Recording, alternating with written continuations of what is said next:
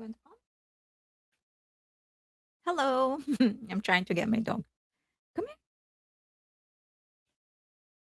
No?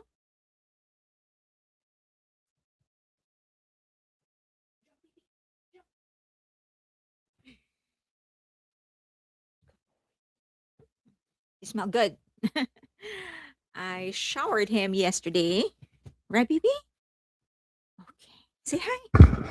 Say hi to everybody. Say hi. Mm, smell good. Hi, everyone. Happy Monday. How was your weekend? Okay. Let me see. Okay. I'll say hi to everybody. I'm going to go live on Instagram. Okay, I'm live on Instagram. Hi everyone. Um Leah, Amy, Angel Star, Fire Butterfly, Michelle, Carla, Leah, Army, RJ, SJ, VJ. So long. 0613. Uh Kathleen, Jolie, Norwegian Wood. Okay, let me see. You received your Sugar long sleeve flame shirt. Dawn, Just Me CDV, Bang Luna, Reg Pair, Norwegian Wood, Carol, Cindy, Arlene, Nigma, Bora Winkle, Ran, A Brown, Pia, Anna, Lady Pink, Jackie, OSP, Z Arashi, A Brown, Mima, Carla Girl, MLB, BTS 7 plus 1, Laura, Coogie, Coogie Naders, Juveline, TLT, Amy, Soft Soapies, Soft Soapies, Sophia Soap, yes. Do you sell soaps?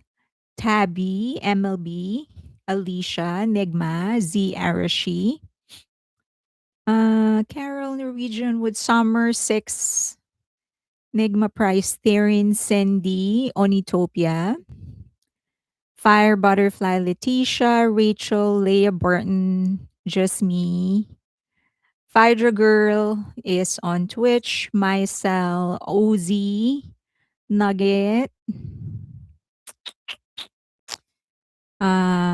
Christy, Miriam, Audrey, Gold, W, and James, Crystal. You know, a lot of haters are going to be tuning in today, so let's make them sweat for it. I'm gonna go through all of your names. Alexander, Tickle, Miriam, Farah, so hello, Phaedra, Celeste, Perry Flores, Curious, Chelsea, myself, Fire Butterfly Orchid, Dodger Girl is also on Twitch. Phaedra Girl is also on Twitch. Bomac, Cindy. The haters are wondering why is she greeting everybody? Okay, Maria. so, soap was your nickname in high school. Oh, okay. I thought you have like a soap brand that's named after you, like Sophia Soap or something like that. Scenery, Norwegian Wood, Alina, Andy Big Night, Reg Pear, Seuss, Tickle. I mean, if they're gonna be here to hate, might as well make them work for it. Like make them sweat a little bit and let them wait. Tickle, Truth Warrior, Carol, Curious, Evie, RJ Birmingham. Kind of want to talk about Jungkook first so that they hear about Jungkook. How's that? PZ, Star Blues, Celeste, Nigma, Witch Haters. Hi, haters. Welcome. Yeah, welcome. Andy Big Night, Scoogie, Angel Star, Lynn, Rosh, Norwegian Wood, Carol. Okay. I think I've greeted everybody that's saying hi. RJ Birmingham, Audrey, LA, Gatita, PH, Evie, Rani, 1891, Bangun. Okay. I think I've said hi to everybody. Emily, Onitopia, be kind to your allies, be kinder to your enemies. I've learned that from The Godfather. You have to keep your enemies closer. Your friends close and your enemies closer. Truth Warrior, Mima. Okay. I think Elizar, Evie. Okay. Um Spam Heal. Okay, so yeah, I just know that because whenever I do anything on that is whenever I talk about like anything half controversial, there's more haters who come online. So let's make them sweat it out a little bit. Let them wait. How's the trip been? Our trip, we haven't started. So I was telling everybody that I was planning to take my mom somewhere during the Christmas week, so I was asking for recommendations as to where we can go. Initially, I wanted to go to Yellowstone. I've never been there. 10 years, never. Well, 30, 14 years. I've never been there. But the thing is that I can't bring my dog to hike inside Yellowstone. I don't want to leave him. I mean, he's too cute to be left behind. Look at that. So I'm kind of looking for a place where I can actually take my dog and walk around. So that's the goal, to find somewhere. Maybe like, and I just want to drive for now because I want my mom to see like the sceneries in California. Oddly enough, I think we're just starting to I feel like fall is just starting. So anyway, if you have suggestions as to where I can actually take him, to take them, the both of them, let me know. But driving is what I prefer to do because I just want them to see like, you know, the highways and the places that you can go and stop on several like towns, small towns and stuff like that. So let me know. Didn't know you could take I didn't know you couldn't take your you can't they so they said that you can, but you have to be 100, only up to 100 yards from the main road. And then if you want to like explore further, you're gonna have, and then they have to be leashed. Okay, fine. I have no issue with him leashing him. Although he doesn't like it, he misbehaves more when he's on leash, rather than when he's not. And then the other thing is that if you want to go further, you have to keep him in the car, which is that he's okay in the car, like he can stay in the car. But and I've done that. I would leave him in the car because he prefers being with us and being left in the car than being left at home alone. But I don't want, I mean, I want him to be with me when I walk and stuff like that. So preferably Carmel by the Sea. We were there last Christmas. So last Christmas we went to my cousins in Sacramento. So we spent Christmas there. And on our way back, we stopped at about four different small towns. And one of that is Carmel, which is not really a small town, but it was beautiful. But we've been there. I mean, at some point I was like, should I take her all the way up to Shasta region? You know that place? The uppermost of California. And we would just drive on our way there. And then just like on our way back is when I'll stop in different places or something like that. So that was like a thought. I thought it would be a fun like little drive that we can do. So maybe that, I mean, that's something that we can explore for sure. Okay. Feels like night. Okay, so we have a lot of things have been happening since, I mean, in the last 24 hours alone, so many things happened. Tahoe or Yosemite? Hmm, Yosemite. Can I take my dog there? I'll search. So I just want to be able to get him with me when I hike. 'Cause that, even if he's on a leash, that's fine. Okay, so a lot of things happened. Jungkook went online, gave us some very valuable information about the upcoming album. He also shared some. Look at that, so cute. And then we have the Billboard box score report. I have the full report, and I will be providing that to everybody in Patreon. But for for today, I'll discuss just the ones that are related to K-pop. I have to change. I have to change how I call out Fairlane. I need to add Mrs. Fairlane. Mrs. Fairlane. Why? Who am I married to? And then and then the big thing, the lawsuit of HYBE, sorry, not HYBE, but Belift versus the fandom of bunnies, which is a bigger issue that could affect. That is why I'm going to talk about it extensively, because even though it is Belift versus the fandom of New Jeans Team Bunnies, it has an actual bigger implication.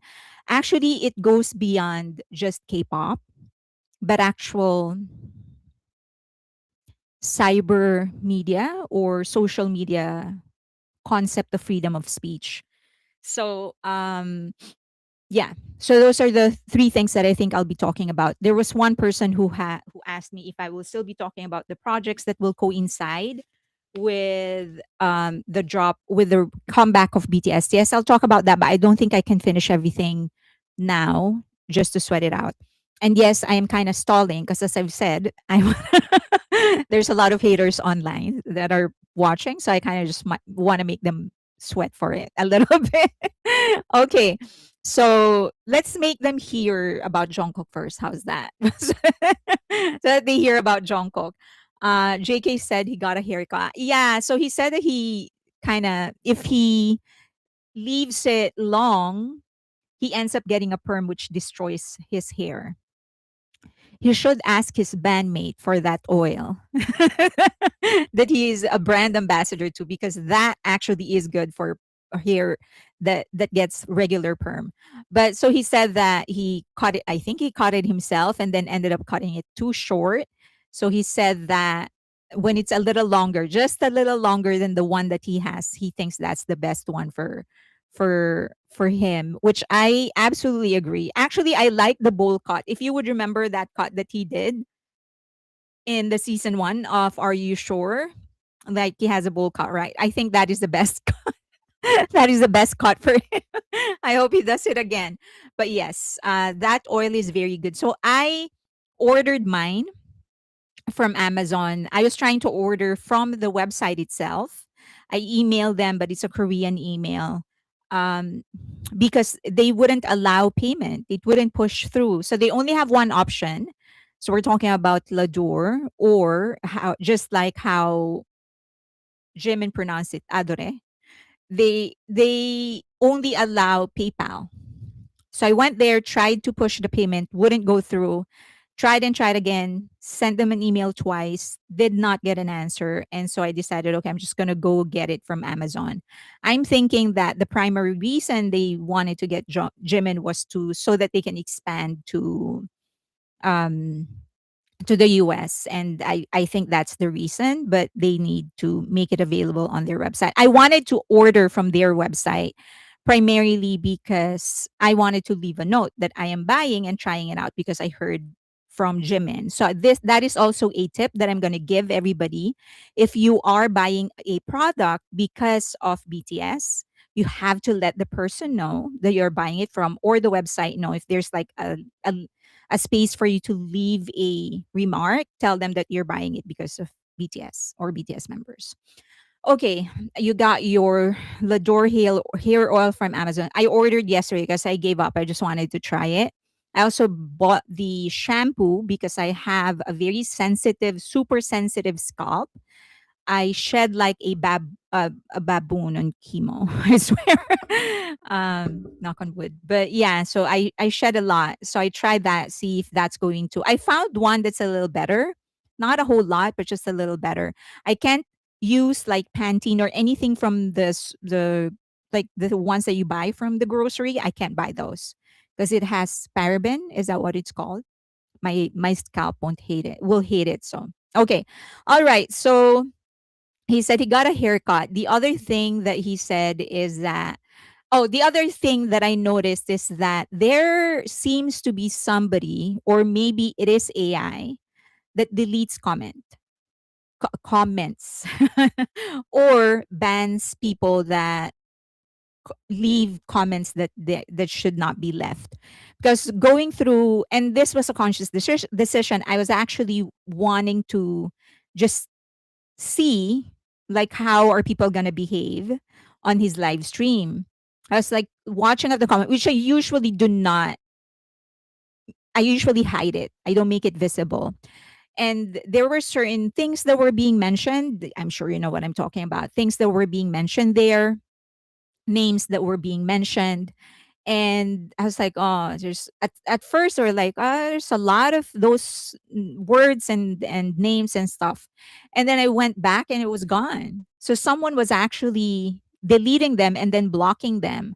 So either someone is actually behind it and just like really blocking users, or it's AI blocking those people. Regardless, I think that's a good thing.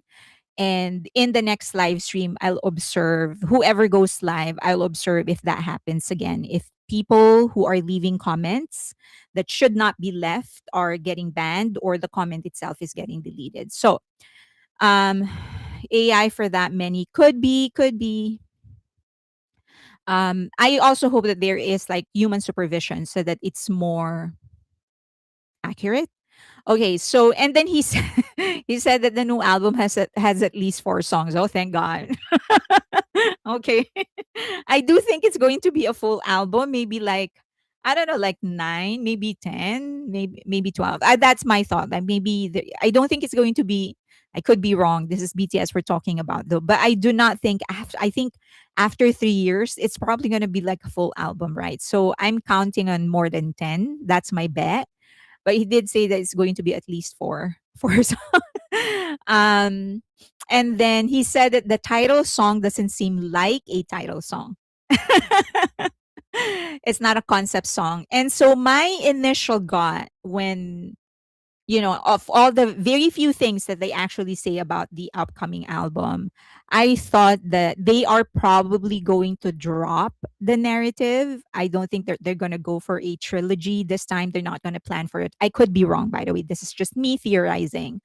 So I thought maybe, they are going to be, um, like they are going to be planning for one album.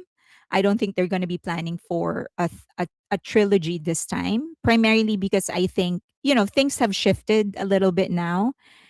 They definitely have plans of doing other activities outside. Just thought like that thoughts like that. So I thought maybe, I said maybe it's not a trilogy this time. That was my guess. So when he said, "Oh, our title song doesn't seem like a title song," I took it to mean that it's not like the usual title songs that they have, where it's hinged on a concept. So let's see.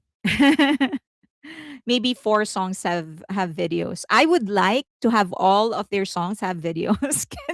Can we have that? And then he did say once we are closer to the comeback, everything in parentheses.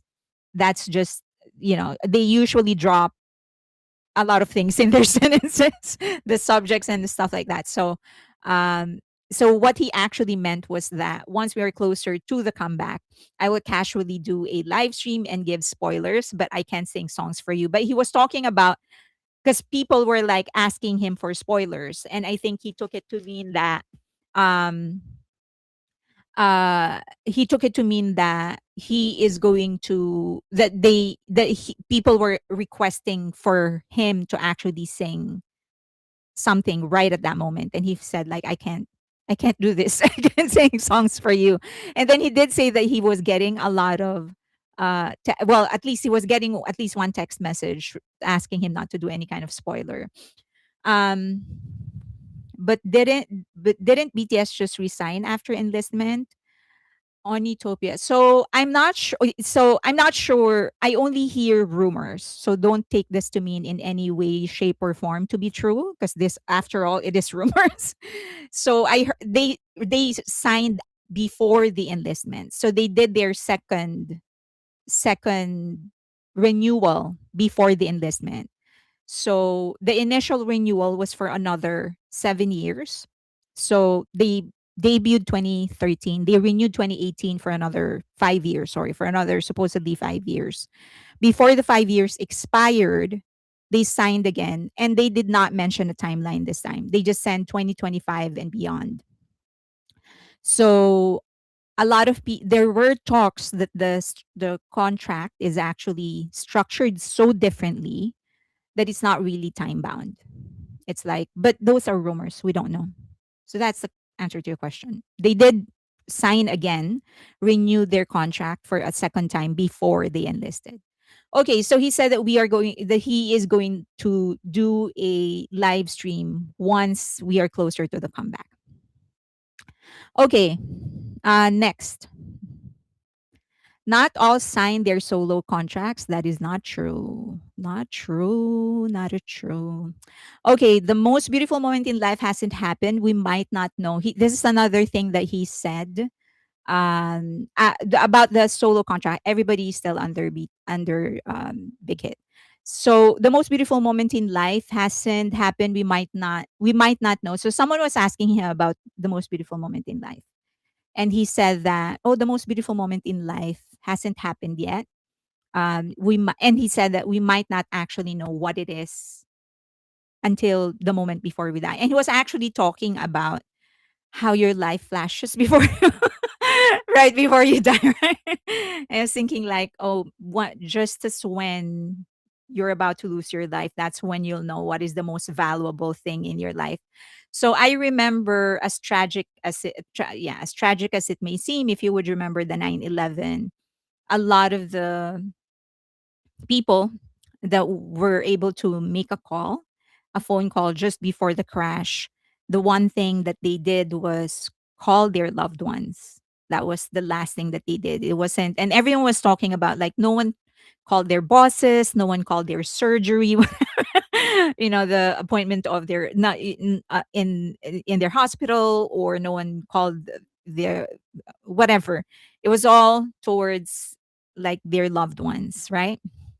And so he said that. So I think it was something related to that, like the moment before you lose your life, that's when you realize what actually really matters. So um okay.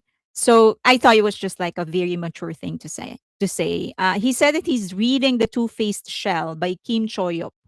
I tried looking for an English translation of the book, not available yet. I hope they do that because people are going to be searching for it because because he mentioned it. So, yeah, so that if it becomes available, then I'll give you guys a copy. But for now, for the Patreon members. And then people were asking me about the song that he played when he was talking about Jimin. He said that, oh, they're really good, but Jimin Young's songs are really high pitched. It doesn't really suit my voice, my range, or my tone. The song that he played that made him remember of Jimin was Solid, and the title is Holding the End of the Night. That's the title of the song. And he said that, oh, it was released during the year Jimin was born because it was released in 1995. So that's the title of the song. People were asking me about it. Um, BTS are contractually together as BTS 7 well into the next decade. The renewal happened before enlistment was completed, which is important. Yeah, there's just this narrative, I guess, among solo fan bases convincing themselves that members' individual activities are not signed under Big Hit. No, they're signed under Big Hit. Okay, so Rope It. So he remembers when someone mentioned Rope It, he remembers that they were all like confused when they all attended the concert of Jin. And I think in the backstage, V said that I really like that song, "Tie Me Up," and and Jin was so confused what it was. This is Jin actually talking about it. So he said that he liked Tie Me Up. I asked him what Tie Me Up was, and J Hope told me that what he meant was Rope It. And then he mentioned it again when they did their very first live stream together. It's not Tie It Up, it's Rope. But I guess it was so like it left such a mark on them that they still remember that incident. All of them remembers it. So it probably was really funny to them. Okay, and then he did say this. So someone was praising the Chanel photos, which I that those are the types of comment that I really love, and I would love for them to hear constantly. That the Chanel photos are great. He said, "Thank you, but I think photo books are always difficult. The 9 types of covers are all nice, but I personally think it was a little regrettable. I always find taking photos a little burdensome, so I always tell the camera director to take care of me." So I think he's just, he finds it awkward when he has to post or whatever.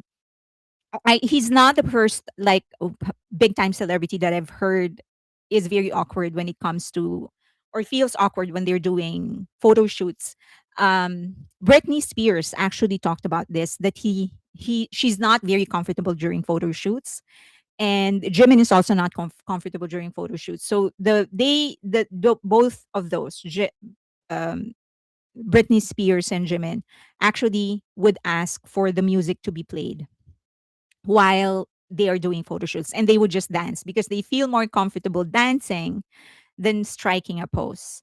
So I'm wondering if Jungkook tried that, but he still doesn't feel comfortable or something like that. But it's not odd.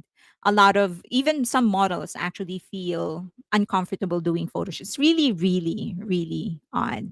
So we did a simple photo shoot for the former advertising and marketing agency that I worked for, DDB. And so our ID, like the advertising industry, is known for having some of the most unique IDs around. So our ID is, so in front is actually our face. Like the entire ID is our face, half body, and then the back of the ID is our actual back. Like you would see the back, and that's where all the information are. So in front is just our name. I'll try to look for. I don't know if I've kept it, but like it's just our face and our name in front, and then at the back would be our back, a photo of our back, and then it has all the information like, full name, address, and stuff like that. And then the code is there, so we can actually enter the building. And so we had to do a photo shoot for that because DDB insisted that it has to be unified globally. So we only had the whole of DDB worldwide, even the offices from other countries. We had the same yearly, we had the same concept of an ID. And it becomes more comfortable as time goes by. And so we did a photo shoot. So we were asked to do a photo shoot. It was just so awkward to be posing and whatever. So, okay, I understand what he was talking about. Okay, I can't even take a normal pic, so I can't see Michelle Santiago. Okay, I'm late. Hello, Debak. Warren is saying hi to you. He's very lazy today. Okay, let's talk about news and updates, or do you want to talk about Belift? Okay, let's talk about Belift. Hype should hire Miss Fairley. uh, I think it's more about who the photographer is. Some photographers make you feel like it's an experience, not a job, while others make you feel like an object, like they're cash cow. Okay. All right. So let's talk about the case. It's a very, very important case. And I knew this was somehow, not, no, that's not correct. I knew it was a possibility that Belift will eventually sue and that Adora will eventually sue. I just did not know that they would actually do it, that they would go there, so to speak. And the reason I say that is the mere fact that South Korea is such a young country. It's a young democracy. Their liberation was 1940s, 45, I think. Um, and so that's not even 100 years, and the actual rise economically started late 60s, because after the liberation it was like Korean War, and then there's like a lot of coup, a lot of protests and whatever, and when that happens there's really not much you can do. And so when they started um rising economically, of course that came with a lot of new social conditions, and that includes, and then you couple that with technology, social media, then they started experiencing things that they have never experienced before, right? And so that will kind of force their legal system to be tested. So I kind of knew that it was a possibility. I just did not know because of what I've just said, but I just did not know that they were actually going to go through that. Now, I'm not a lawyer, if and this is not a legal advice. So treat this like an initial research that you can build on as time goes by, as you see fit, sorry. And then if you do need the legal advice, please talk to a lawyer. So don't depend any of your legal decisions based on what I'm about to say. This is just for initial research. Okay, what if Team Bunnies use the minor again? Um, that minor is actually gonna turn major adult, 18 in 3 weeks. So, but we'll talk about that in a bit. So, if you do need a lawyer, though, especially in the field of entertainment and wealth management and stuff like that, you can go to Ken Sterling. His website is kensterling.com. He's one of the best entertainment lawyer in the US and also a manager. So, yeah, he's a tech and media expert. He manages people like Mr. Wonderful. If you happen to watch Shark Tank, I'm sure that you know who Mr. Wonderful is. He is the manager of Mr. Wonderful. So he knows his stuff. Okay. So I will reference some of the things that he said in the interview in this presentation. Okay. So um this is getting interesting. Okay, why do I think it's that Tally Talkie is also involved? Maybe, and that's one of the things that probably Belift is trying to get to. So, one of the major things that we should remember is that there is a constant harassment, not just on ILIT, but also other members of HYBE groups. Actually, there's constant harassment among all K-pop groups and K-pop artists. It's not just hype groups. It's just that it is very evident now ever since BTS became high profile globally because then the attention is magnified. Recently, there were some protest trucks sent to Big Hit in relation to Jungkook. And I'm sure you know what that is about, but there were two trucks and they were there for 2 days. Okay. So things like this, many it's very common. Many of it we don't even hear. There's the physical trucks, and then sometimes they would rent billboards, they would do posters, they would actually protest in front of the building. And as I've said many times, we don't even hear about it because it's so confined in South Korea. And then there are times when we hear about it because, as I've said, BTS is a global group, so the attention is magnified.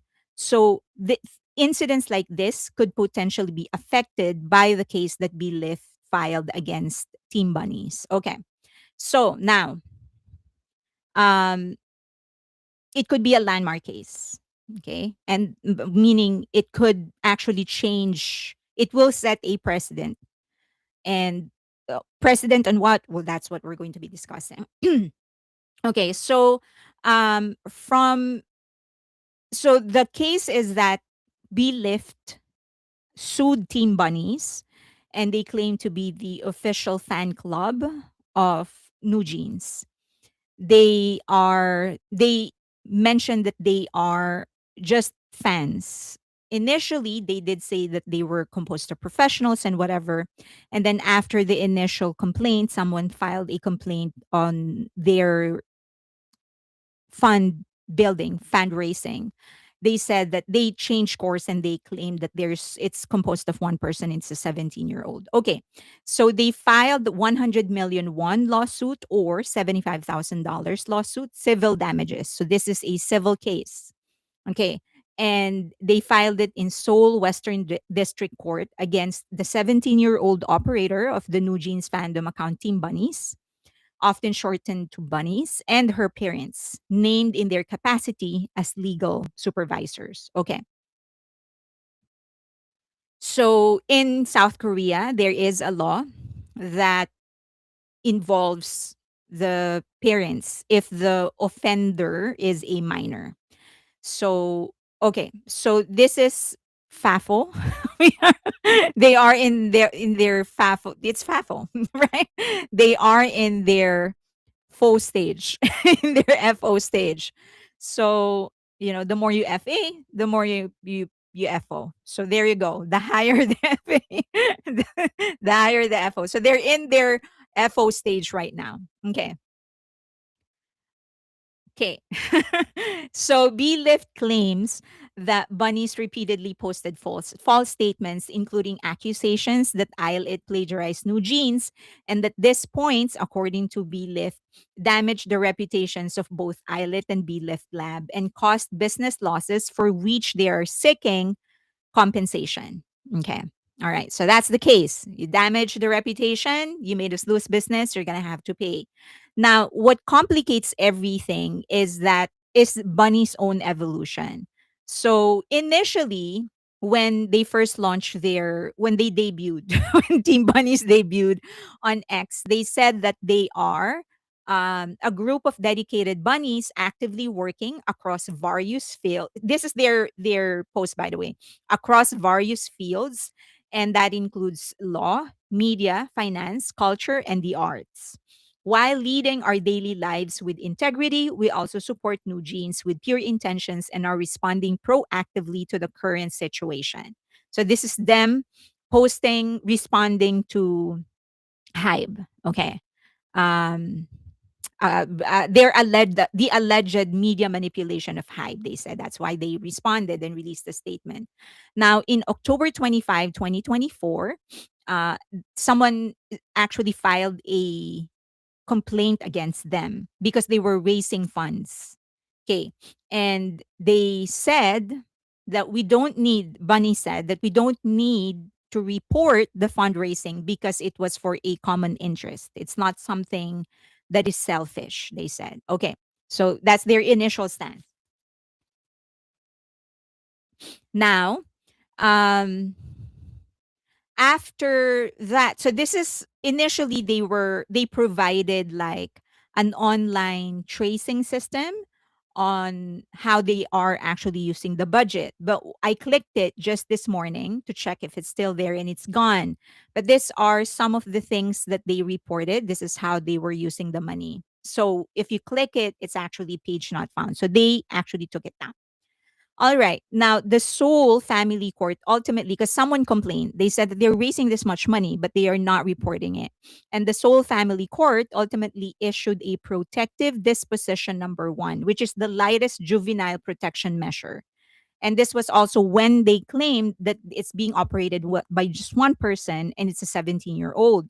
So they said that the court said we found good intentions and appropriate use of funds, but you can't do that. The court said you can't do that. So only after investigation did Bunnies declare itself a one-person organization run by a single underage member, 17-year-old member. Okay.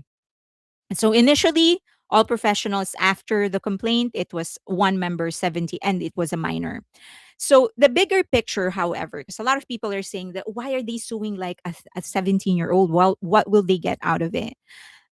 Against that background, I think Belift's move looks less like a random overreaction and more like a deliberate attempt to test how the law treats organized quasi legal fan activism run by a minor. So I think Belift is very much aware. Maybe they will not win this case, but they will get insights. They're going to learn things as to how far the court is willing to protect, to honor or uphold the reasoning that you can't sue me or I cannot be held liable because I am or was a minor when all of these things happened. That's also a possibility. It's not always about the actual victory because there's a very, very low possibility they're going to get any kind of settlement, even if the court tells the kid or the parents you have to pay up. If they have nothing, then they cannot pay. So I think Belift is very much aware of it. Also, 75,000 as a payment losing the reputation for losing reputation, for damaging the reputation of Islet. It's nothing, right? If it's about reputation of your artist, you have to go like 10, 20, 30 million. So the mere fact that they are suing for $75,000, I don't think it's about the money. I think it's about them testing this okay, this is them saying, let's see how far this is going to go. Let's see how the court is going to decide on this case when it's a minor, when it's defamation, and when it involves actual loss. However, the thing is that this person is actually going to turn 18 very, very soon. So I think in less than 3 weeks, the person is going to turn 18. Now, the question is that, okay, but when she did the crime or she did the offense, can the entertainment lawyer actually told me that stop calling it a crime because it's a civil case. Okay, so that offense, when she committed that offense, she was 17.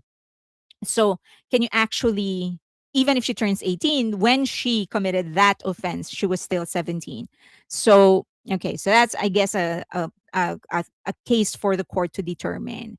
So, the thing that Ken actually said in that interview, when I interviewed him, is that it actually takes about 10 years to perfect a law, right? So, and remember, Korea is a young democracy and an even younger industrialized country. It's very, very young. And so a lot of the things that's been happening, it hasn't happened before because they're young, right? And so and then technology is catching up with the regulations. And so it's starting to feel Korea is starting to feel the need to actually get these interpretations and precedents down because things are not going to slow down. It's just as technology catches up and becomes faster, people get more access to technology, then more unique cases will pop up. And so they need to get the foundations down right now. So this could be a part of that cycle, that testing and perfection of the regulation, that 10 years. And he said that it's at least 10 years. It's usually one full generation before you perfect a law. By the time you perfect a law, new things are happening. So the regulation and the law is always late than the actual. Okay, you want to go down? You say bye. Say thank you. Please give me recommendations. Tell them, please give me recommendations where I can go. Tell them, please give me recommendations where I can be taken. I do not want to be left behind in a car. I am too cute to be left behind. Tell them, tell them. I love you. Okay. I love you. Say bye bye.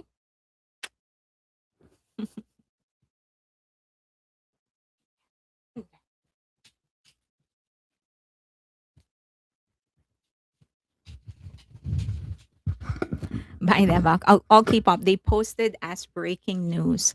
Okay, so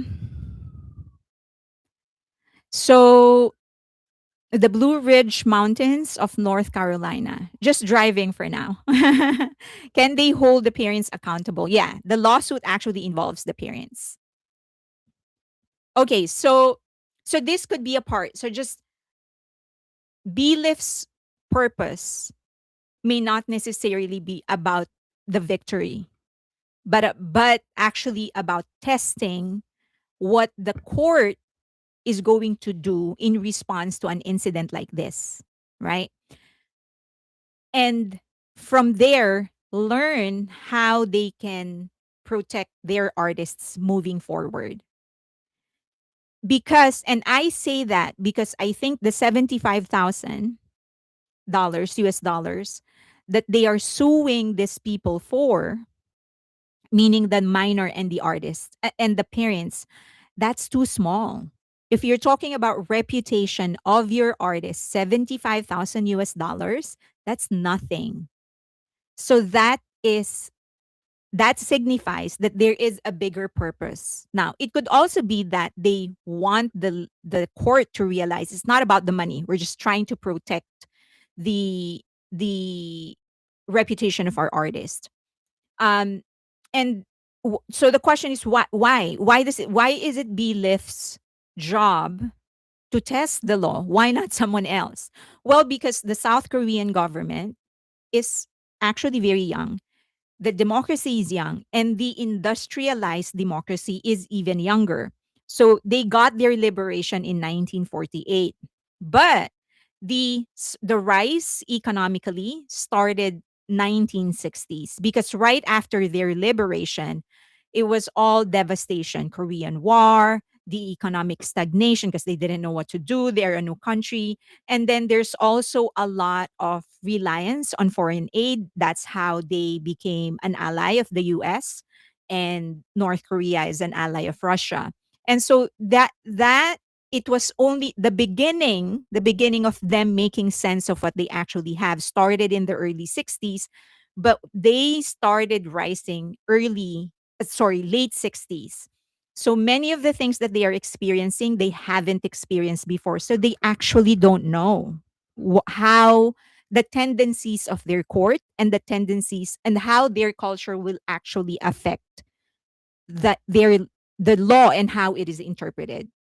So it's a very young industrialized country, and they're just starting to see the price of economic growth. And so that is why it is the job of management companies to figure this out, right? Because the court is a passive entity. It's not going to sue someone. It's going to hear the case that someone has forwarded, but it's not going to sue someone. Okay. Now, this is not to say that there is no law or there is no regulation that sets limits on freedom of speech. There's defamation and online insult. It is long recognized in South Korea, and that you can actually pursue either civilly or criminally. And then there's supervisor's liability, well established through Supreme Court rulings interpreting Article 755. So it has happened before, and we'll get to that in a bit. And then unmasking anonymous users, that's already in play. That has already been going on. So in accounts that there are several accounts on platforms that are based on South Korea where the owner of the website has been compelled by the court of South Korea to disclose the information of their users. So that has happened before. And then, of course, foreign entities like X, YouTube, or Google, as we are, or Beta, sorry, Alphabet, um, we all know that HYBE has had success in asking the court to compel Alphabet, which owns Google, YouTube, and also X, to disclose the information of their users. So these things have already been done before. The only thing that is new is the component of the defendant being a minor. Okay, so what is it that they are suing for? Um, so they are suing for defamation, they're suing for cyber misconduct, and parental liability. So three things that they are suing for. Korean law treats defamation and online insults far more seriously than Western jurisdictions. Because here, there's a lot of, well, you got into that kind of business, you're a celebrity, you should know that your people are going to be critical of you, right? That happens a lot. And even in my conversation um, with Ken Sterling, he explained that the mere fact that a celebrity gets recognized, you get fans, the court takes that into consideration. That in itself, that stature, that comes with a price. And so, for example, if I am a celebrity and I'm suing somebody, then you're gonna have to prove beyond reasonable doubt that that depends actually on the kind of lawsuit that you're going to prove that you're going to be filing against a person, but you're going to have to prove that that misconduct actually resulted into economic loss for you. Okay, so but in South Korea, the bar is lower, primarily because it's integrated in their culture. In South Korea, just as it is in many other Asian countries, your public reputation is just as important as anything else in your life. So they consider that. You can't defame someone because that's a natural part of the culture of South Korea. Your reputation publicly, that's very, very important. So you can do it both ways, criminal or civilly. You can sue someone for defamation. In Korean law, cyber defamation is specifically named. Even true statements can be punishable if they are deemed to damage a person's reputation for no justifiable reason. If you listen to the interview for my in my interview, if you watch the interview I did with Ken Sterling, he said that in the US, you can actually use truth as a defense. Okay. So somebody sues you for defamation, you can say, I was just reporting the truth. And if you are able to prove that it is true, then you're safe. In South Korea, no. Even if it is true, it can still be punishable if they are deemed to damage the person's reputation. And as I've said, it's all because it is integrated in their culture. That is very important for them. And you can go to this this website, Seoul Law Group, for you to read much of what the law actually talks about, or what law refers or concerns this case. Okay. Um, this it's in English, and you're reading the actual law and precedents of incidents.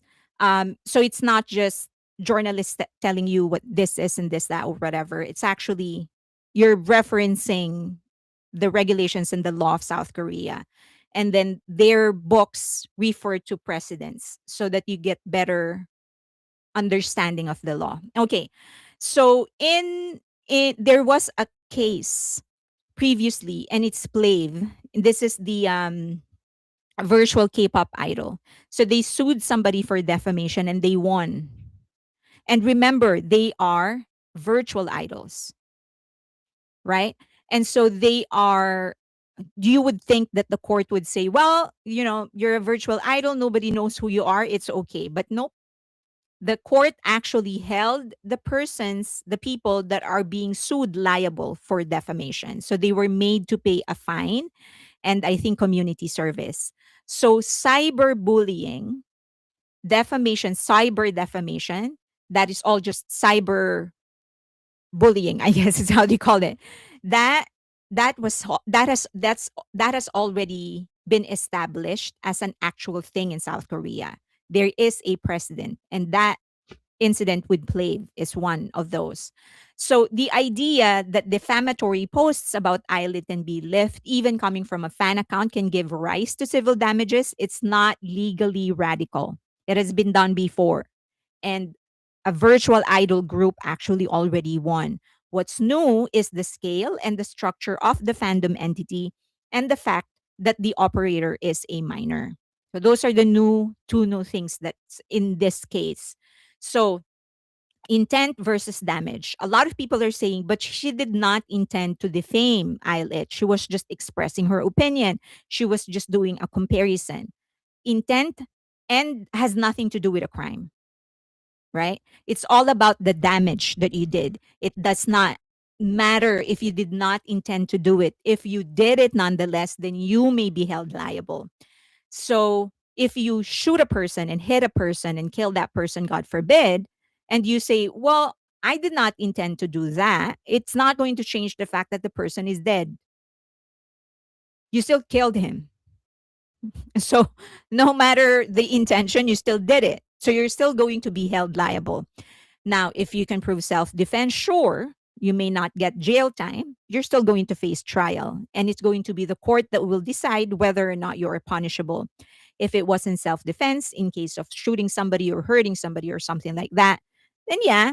So again, the intent has nothing to do with the crime. If you cause damage, then you will be held liable. Okay. Next. Um, so yeah, it's about the damage. And then this is one of the most common thing that I saw online, like when I posted that on X, like, oh, she didn't insult or defame, I'll it. The, the definition of defame or insult in court is different from how people on Stan Twitter define it. Those are two very different things, and don't confuse it. Just because Stan Twitter says it's not defamation, it doesn't mean that the law will not see it as defamation. Our definition of things have nothing to do with how the law is going to define it, or how the court is going to interpret that. So don't rely on your judgment. You have to rely on how the law actually sees it. And this time, it's now up to the court to decide what is going to be considered an insult and defamation. Didn't Jimin and Jungkook win individual against someone in the past? Jungkook and V. It was against the Sejong girl, which is the same person that Jang Won Young of IVE sued. So it was Jungkook and V. They sued her. Okay. So next, this will really be a this will really be a new and brave step on Belift Lab side. Okay. So uh, one component of the lawsuit is supervisor's liability. Article 755 of the Civil Act. He said that it says that the key statute here is 755 of the Korean Civil Act, which governs supervisor's liability. So if the person is a minor, then you can hold the supervisor or the guardian liable, because then it is your responsibility to guide that person. And there is a person with a legal duty to supervise, like parents. That supervisor can be held liable for damages if there is a casual link. There, Jimin also won a case back in the day. Oh, I did not know that he also won a case. That supervisor can be held liable for damages if there is a casual link between their failures to supervise and harm caused. So that's what Belift is running after. If we can't sue you, or if we can't make you pay fines, then it's going to be your parents, because they're supposed to supervise you and they're failing that. Now, the court, however, said that parents can be held liable as ordinary tortfeasors, where their negligent supervision allowed a capable minor to commit wrongful acts and cause damage. So they said, yeah, you can absolutely sue the parents. But then, of course, it is balanced that simply living under the same roof is not an automatic liability. It does not automatically hold the parents liable just because you are the parent. There must be some specific failure of supervision tied to the harm. Okay, so because Belift is the one who sued, it's going to be their burden of proof that all of this happened because the supervisor failed to supervise the child. Okay, so it's not automatic that it's not automatic that the crime of the child, it's the parents that get punished. Belift still has to prove that the parents failed to supervise the child. So the question is, why sue the 17-year-old and the parents? And there are strategic layers to it. Number one, it ensures a financially responsible defendant. If the child says, because she's 17, it says that I don't have 100 million won, then maybe the parents does. So if you can't pay, then your parents are going to pay. And also, it raises the stakes in the household. Once parents are on the hook, they have a concrete incentive to ensure that the minor is fully truthful, cooperative, and does not continue posting similar content. Right? If you are the parent and you are now being held liable and being threatened to pay 75,000 US dollars, then maybe it's going to be incumbent upon you to actually supervise your child and make sure they don't continue what they are doing. The parents didn't notice the money movement, but I just can minors move money that way in South Korea? So that a lot of people believe that it's actually not just the child behind the account. And that is the next point. It opens the door to broader inquiries. If Belift believes the 17-year-old is not the sole decision maker or brain behind the operation, suing her in civil court creates a procedural pathway to ask who else is involved, who helped you draft the post, plan strategies, or handle funds. So a lot of people don't believe, including me, that it's just her. I don't think it's just the 17-year-old. I think someone convinced her to take the fall and say that I am the only person behind this account, but there are a lot more. Now, the court can then say, well, kid, you're going to have to speak up. If you don't, it's going to be you. So or the parents will be the ones to convince the child to give it up, sing, snitch on them. Otherwise, it's going to be us liable for 75,000 US dollars. So it opens the idea of backers. Someone is behind this, and you're going to have to disclose that, or you are going to be held liable. So, can the court compel the minor to reveal the backers? Absolutely. So, civil procedures in Korea allows the court to order parties and witness to provide testimony. So, you will be compelled. You don't have a choice if the court compels you. Require production and relevant documents or records, and accept evidence regarding communications, coordination, and financial flow. So, if Belift argues that the 17-year-old was acting at the direction or with the support of other individuals, then the court can say, the court could find that information relevant to damages and relevant to causation and intent. So they can absolutely ask the child or the parents to give up the names of the people behind this operation, or it's you. Okay. I wonder what is the job of the parents? Maybe they were the ones doing the black marketing. They introduced themselves as a group of people, though. They changed that. So initially, they introduced themselves as a group of people in arts, marketing, finance, legal, business, and the arts. And then when someone filed a complaint against them for raising funds without proper permit, they said that it's only one person, it's a 17-year-old. So they changed it. Okay. Parents will put a great deal of money in younger children to avoid taxes. So the child could be the primary on the account. Okay. Did they find out who the shaman was? Nope. They haven't found out. So while the exact scenario, minor fandom admin plus organized anti-campaign plus parental liability doesn't appear to have a neat one-to-one precedent yet. It has never happened yet this time. Korean courts have already shown a willingness to pierce online anonymity where defamation is involved, right? So this exact same case, it has not happened yet. Defamation has happened. Many minors have been charged, and there were cases where it's a minor and a parent. But this exact combination, where it is a fandom operation, and then there is a child doing the operation, and then the parents getting sued for it, this combination has not happened. And so, but the court of South Korea in the last several years have been more than willing to compel organizations to open or give up the identity of the persons behind the account if it is a case of defamation. Can minors open bank accounts? No, they cannot. In South Korea, they cannot open bank accounts. So even here, you need the guardian, unless you do unless you divorce your parents or your guardian.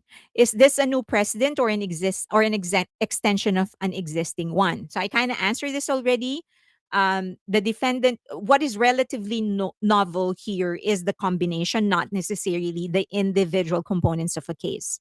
So the defendant is a minor, that has happened before. Who presented the account as a multi-sector team? That has happened before. There are fandoms who present themselves as an actual organization, engaged in public rhetoric and fundraising. A lot of fandoms actually do this, very, very organized, in fact.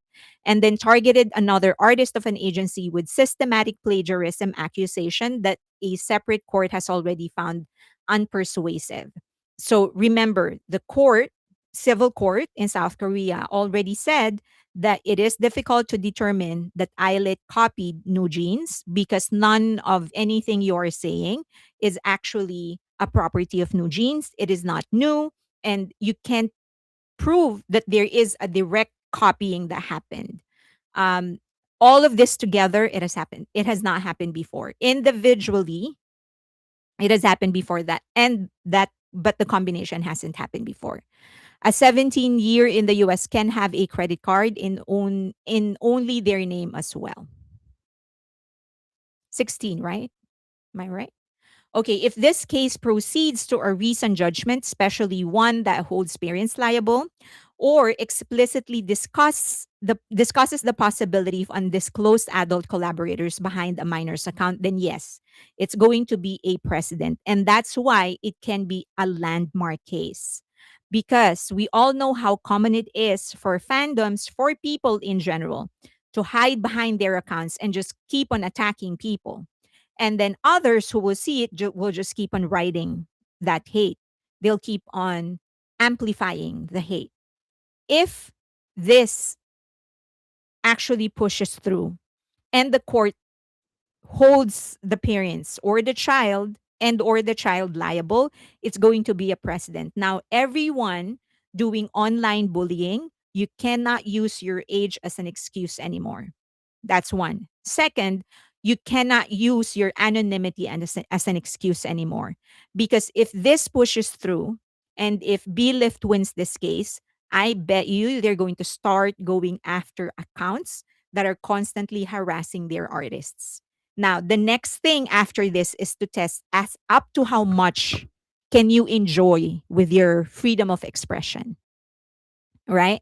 Because if forever, but I'm jumping the gun because we don't even know what's going to happen after this. I'm just saying if Belift wins this, they're going to start going after all these attackers. Then the question is going to be, okay, but how much can I express my opinion and my point of view without being held legally liable? Okay. And that actually goes back to what Ken Sterling, the lawyer, said, that what a lot of people don't understand is that freedom of expression was created so that the government cannot infringe our speech. It is it is ourselves getting protected against the government.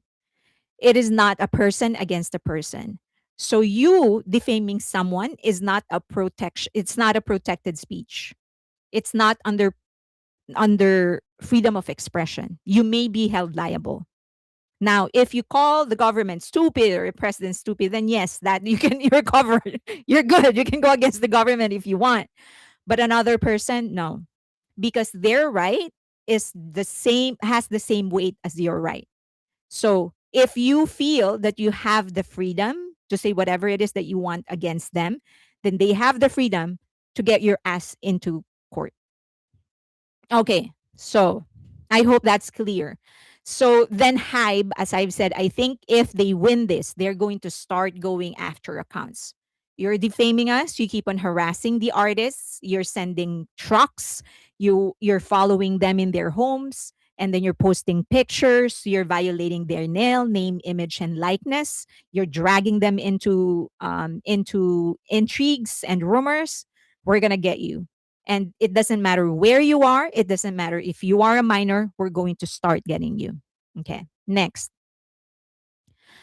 So what this could mean for haters, the net and the netizens going forward, minors will not be a shield. Being a minor is not going to be a legal shield anymore. They can go after you, specifically by going after your parents, and courts can scrutinize who else was involved in content decisions. So if you are taking orders from somebody, getting paid, a lot of influencers are actually getting paid by companies to defame another company, by management companies to defame another artist. And as we know, SM Entertainment actually hired a reverse viral company to go against, to defame HYBE.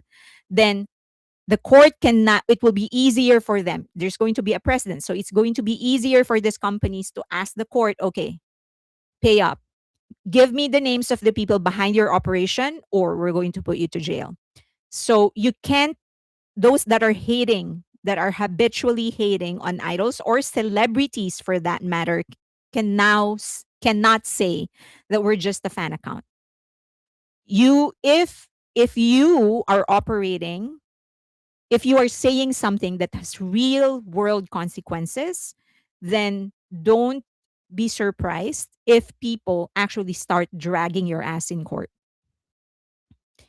um, it means nothing. Haters will continue to do what they do regardless of the law. These people don't reason and they don't care. Matter of fact, it will become worse. Possibly, but at least you have, if you're a company, that gives you some avenue, especially if it is an organized one.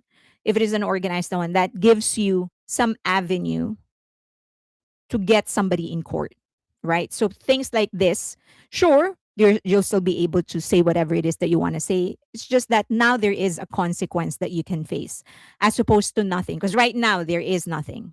Okay. Um. So, um, if you're going to, if the sorry, I missed one slide.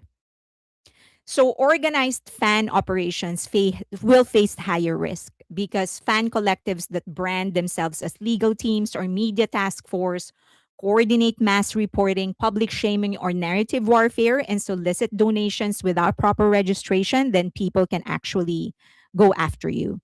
More likely, so fans, organizations, fandoms that operate like this will be treated as entities with quasi organizational responsibility. So you're not just a cluster of users anymore. If Belift actually succeeds, you're not just a cluster of fans. You're not just a fandom. You're not just a bunch of crazy teenagers doing this. If that makes it, then the court is going to say, well, you may not have a formal leader, but you're still an organization. So if there was a systematic campaign, not just scattered opinion, and key organizers should carry elevated liability. That's the court. Well, that's what the court is going to say. So anti-fans may recalibrate their behavior. Yes, it's not going to be everybody, but they're going to get somebody. They're going to get some people. All right. And if they publicize that, if they start really going after people, if they start publicizing it, there are some people that will be discouraged because you don't want that in your life. Remember, especially if you're young and they drag you into, they drag your family into court, that is, you remember, public reputation is important in South Korea. If it goes in your record, if they know, it may not be a formal record, but if a future employer searches your name and they see what you have done, so it's going to discourage some people, not everybody, but it will. If judgment reinforces that, then repeated specific accusation that an artist plagiarized, committed fraud, stole concepts, dated, breached the trust of their fandoms, made without solid factual basis, can result in real money damages, and that will matter. That will encourage some, not all, but it will discourage some. The cost of being loud and wrong rises. So it won't be that easy anymore, right? Okay. Next, there's also the freedom of free speech tension because people will still have to decide. The court will still have to decide. One side, you have artists and companies to protect reputation, mental health, and business interests against coordinated attacks. But on the other side, there's a legal environment where criticism, speculation, and even harsh opinion can quickly blur into actionable defamation. You don't want to gag the whole country. You don't want a country that can't give their opinions. So there has to be a balance. So that will be the discussion. And that's what's going to be tested when if even if Belift actually wins this case, at some point they're going to test this. Up to how far can we go? So the bottom line is that HYBE is actually testing. They have a bigger picture in this. One is that they're testing how civil law treats a minor at the center of an organized online accusation. They're activating parental supervisory liability in a high profile fandom context. And they're potentially opening a path to probe whether undisclosed adults were guiding or backing the account. Again, I don't think it's about the actual monetary reward that they are asking for, or payment or compensation. It's really about the bigger thing behind it. If the court meaningfully engages with those issues, this case could become a reference point for how far agencies can go in tracing and punishing fandom driven defamation, and how safe or unsafe it is to treat anonymous, aggressive online behavior as just stand Twitter. Okay, which is being, as we all know, is being abused. That stand Twitter excuse is being abused. So the bottom line is that if you act like a structured campaign with real world impact, then don't be surprised when the law starts treating you like one. That's it. You have questions? I think that's pretty extensive, right? Not likely a landmark case, as parents are named in defamation cases and other lawsuits. I think I've explained this. It's the combination of all. So individually, all of those have happened. Defamation have happened, a minor have been involved, fandoms have been organized, parents have been dragged. But a combination of all of those, plus this being a high profile case, this is the first time it's going to happen. And if Belift manages to uncover who's the real person behind the operation, yes, it's going to be a landmark case, because then that's going to set a precedent for future cases, so that these fandoms cannot hide behind the fact that I was just in Stan Twitter. This is just me expressing their opinion. If you're an influencer, you can be compelled to give up the name of the person financially supporting what you're doing. Or if there are fandoms that or organizations that are posting as fandoms dedicated to just defaming someone, then the court can actually compel you to disclose who your backer is. Didn't attorney Go, Korean legal titan, say that HYBE already knew the true identity behind Team Bunnies? I think he said that that's what he thinks, that they think they know who it is.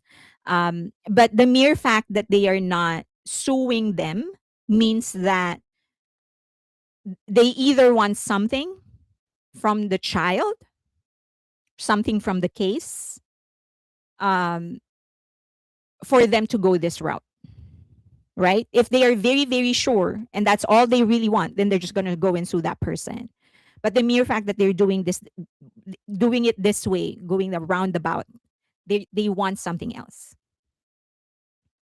SK should uphold this because it allowed these deceptive actions to go unchecked. That's why they are the most among countries where protests or false accusations run rampant.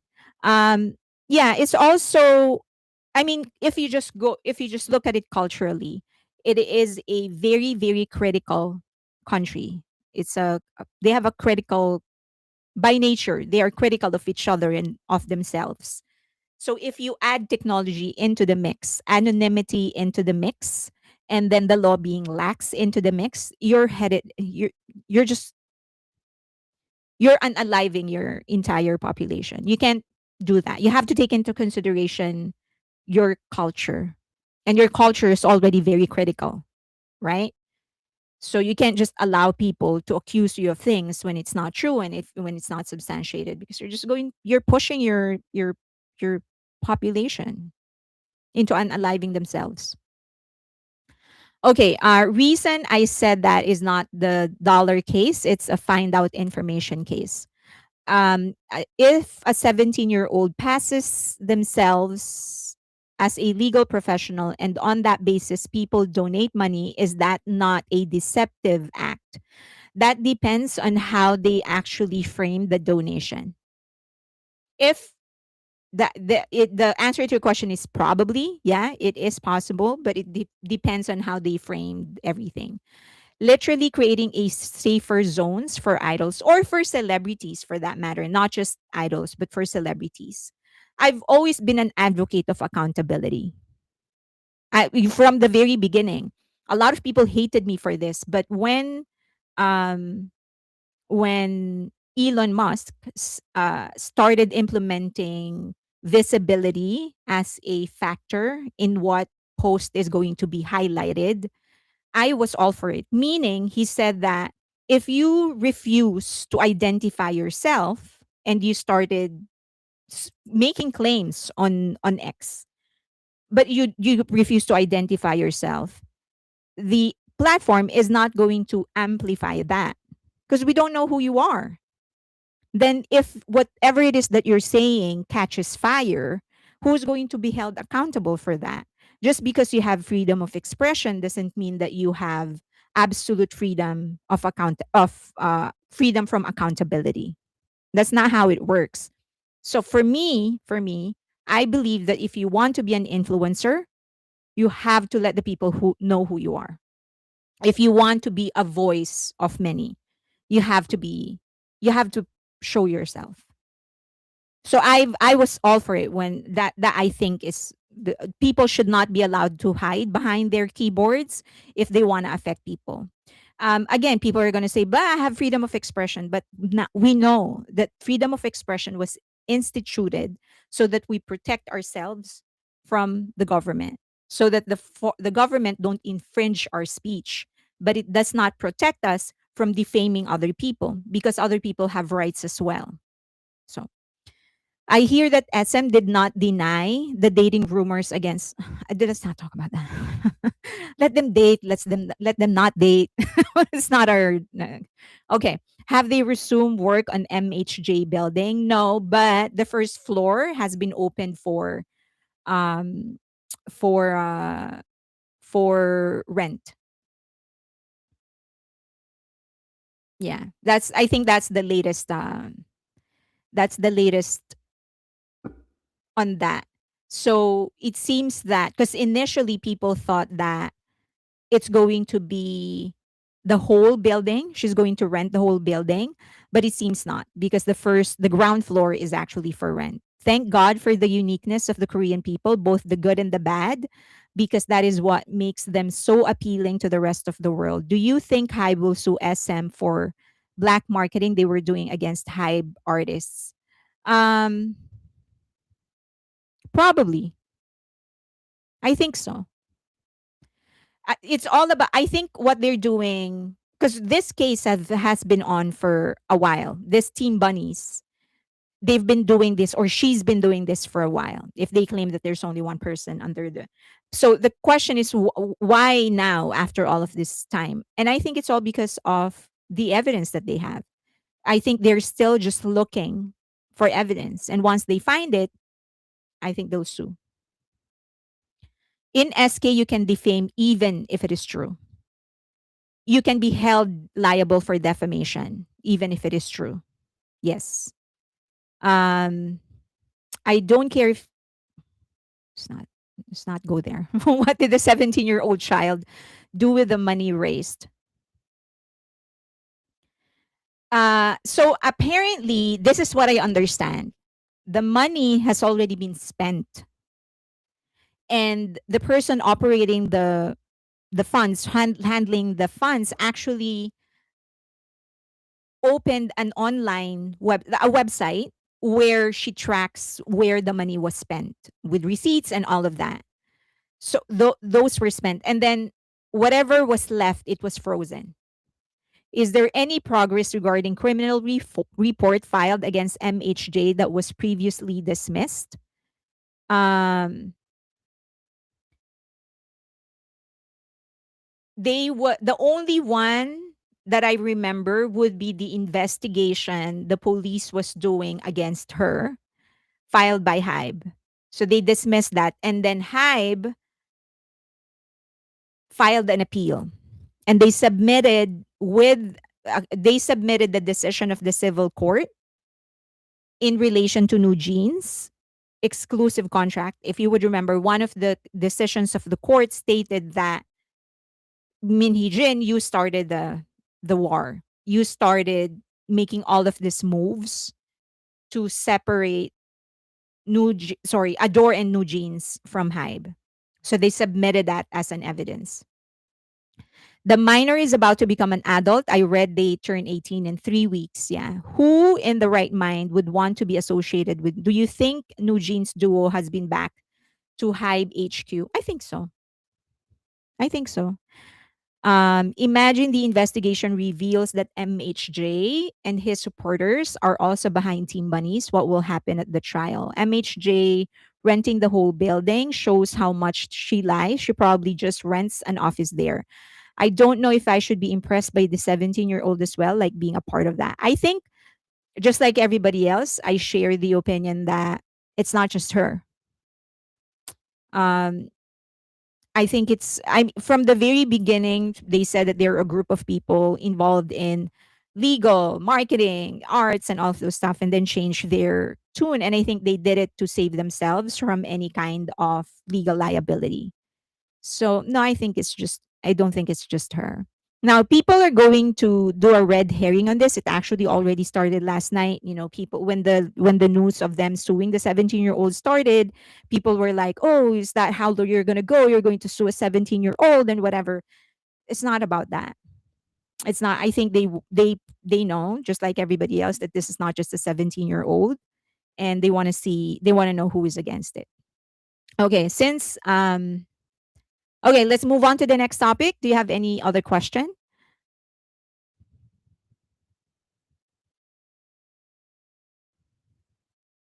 MHD still hasn't confirmed to be returning to Adore. Are the negotiations still ongoing? Yeah, they haven't said anything. There was a meaning Adore has not released any kind of statement.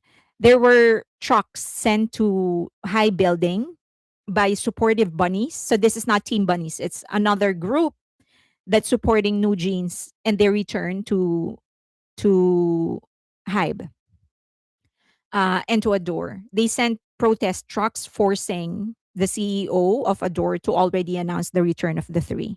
So they insist that because the court said that the exclusive contract is upheld, that they are obligated to accept the three. So, okay. Do you have any questions before we move on to the next one? Everyone was mic dropping way before BTS mic drop came out. President Obama did a great rendition of mic drop. Mic drop was inspired by President Obama's mic drop. And the rap line actually confirmed that. Um, RM actually stated, I think, very bluntly and very directly that he he watched the speech, was impressed by the mic drop moment that he decided to write mic drop. So I think that's so yeah, if that's a trivia if you don't know. Everyone okay. So I don't know if you've watched it, but Cortis, that someone said stop courting Cortez, saying Cortez, it's Cortis. So Cortis um did a cover of Mic Drop. And did you like it? Did you like their cover? So they performed it in what they performed it in, but so James actually started. He was the one who opened. He was J Hope in the beginning, in the middle. I mean, he opened it. Um, so did you like it? The cover was okay. They did a great job. Love it. The cover was okay. Didn't hear it. Oh, you can search for it. I first saw it on X, and I searched on YouTube. I saw it and it was good. They did a cover in Music Bank Global. I love it. So President Obama did it in 2017. Yeah, RM already said that he was inspired by that. I think he said that several times. They did a good job. The cover made me very uncomfortable. Really? Why?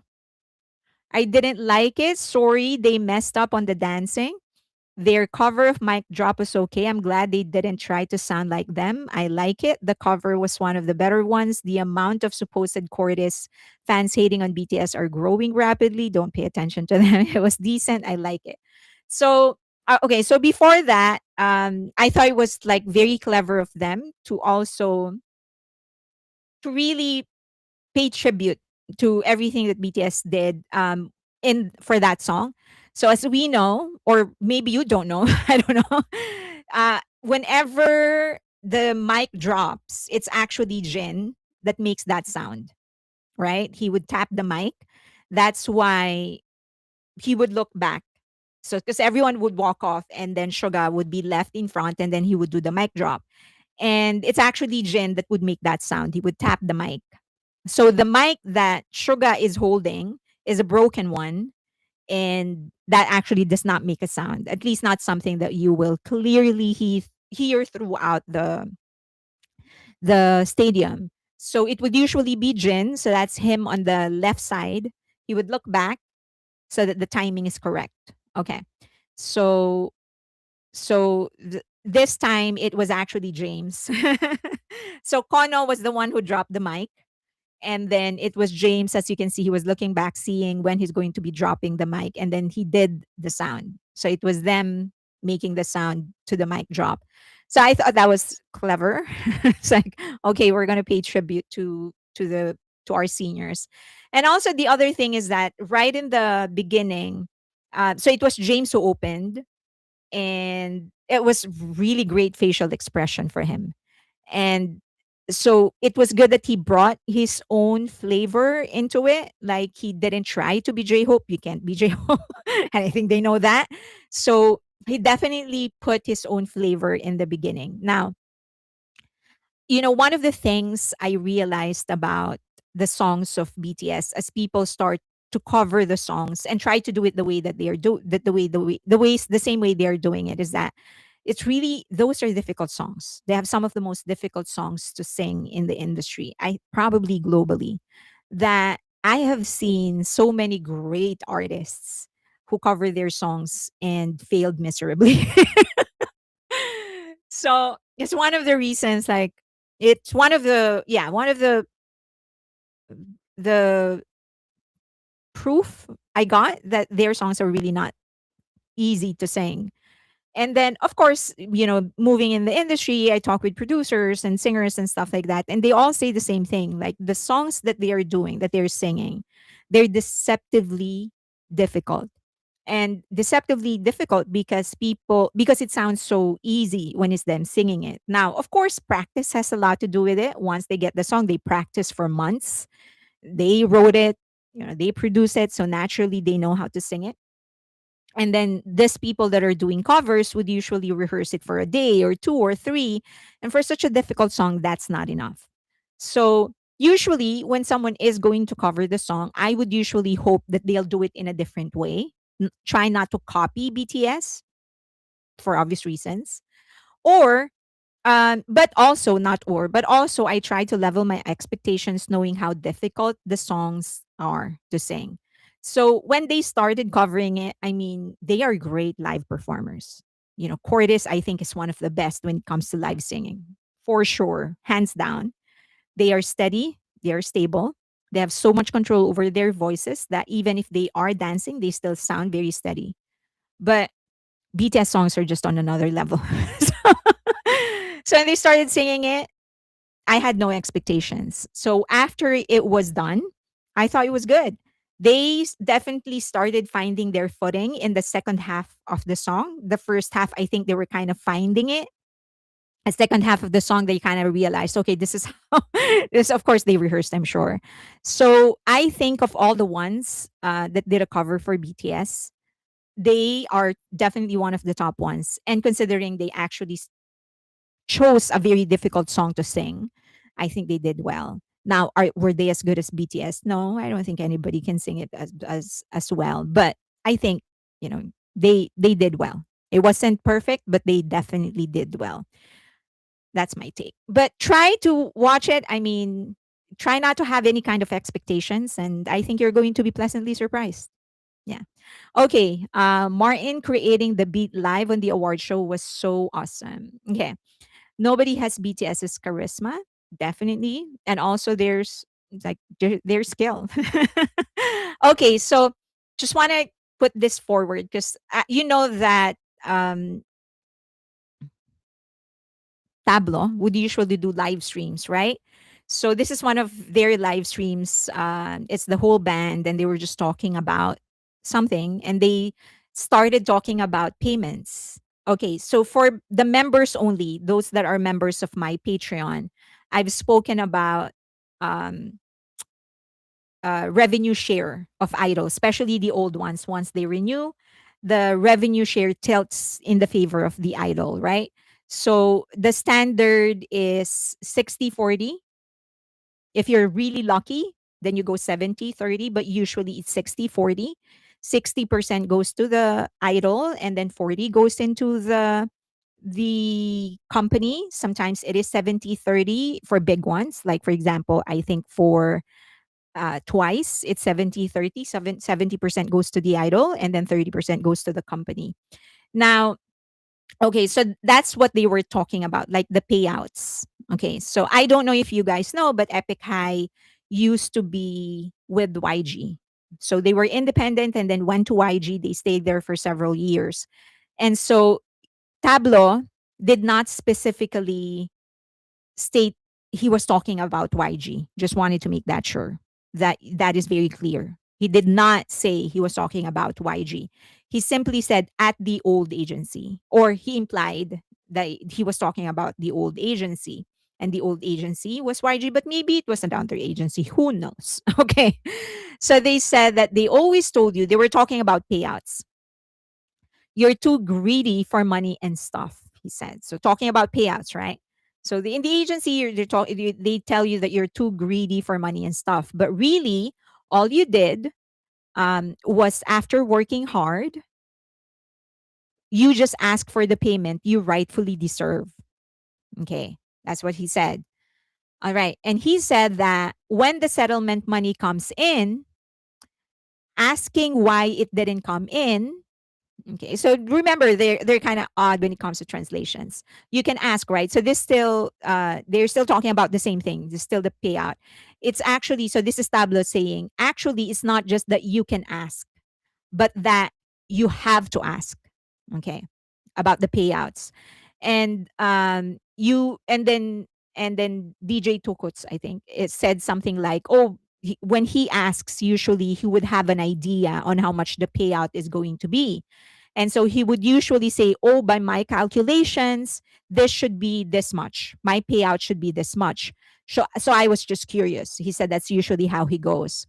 And then he's going to be told, um, as a response to what he said, he would be told the cost. He would expect that, oh, the costs were deducted, there's withholding tax, blah, blah, blah.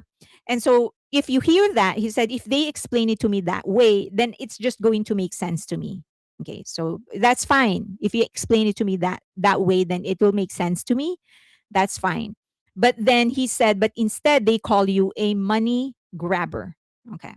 So, and then he curses. So, and he said, was I asking for more? Like, I was just asking for what I thought I rightfully deserve. Did I even ask for it to be made 80-20 in the first place? Okay, so it's a given that in the previous agency, they weren't getting 80-20. So probably 70-30, 60-40, probably 70-30. I just asked about the money I was supposed to get. Okay. So just to summarize, just I know it can the translation could be confusing. So Tablo initially was saying that in the old agency, whenever they get their payout, they have to ask, like, where's the money and how much am I getting? Why am I getting this much? And then DJ Tokat said that um, when you ask something like that, you already have a calculation in your head because you know the contract, you know how much you're earning. And so if people explain to you, oh, you're actually gonna get less because of this and this and this, then fine, I will understand. But instead, we're getting insulted, we're getting accused of being greedy and all of those stuff. So whatever their former agency is, I think one of the reasons they left and decided to do things their way is primarily because of this. Because they moved to an agency hoping to go mainstream, hoping that agency can take them mainstream. But yeah, sure, they probably helped in taking Epic High mainstream, but also they weren't getting the right compensation that they think they deserve. So they definitely weren't getting 80-20, and we know who's getting 80-20. But that is very high. That is very high in the idol world, in the Korean entertainment world. It's usually 60-40, 70-30. 70-30 when you're a big star. Is HYBE still doing 50-50? I heard it was 50-50 a few years back. Nope. Epic High should be bigger than they are. It broke my heart to see that. For real, Manny Grab, passive aggressive march. I know. It was like when I saw this, someone sent this to me on X. It was like, really? They asked. But yeah. Um, there must be some structural errors as well, because usually when you get your payment, you also get a full accounting of everything, right? So it seems they weren't getting it because they had to ask. I mean, it's one thing to ask for clarification, but it seems that they're not even seeing how their money is being spent. So okay. So I was just like, Okay. So the box score, Billboard box score, mid-year 2025, sorry, year end, not mid-year, but year end report has been published.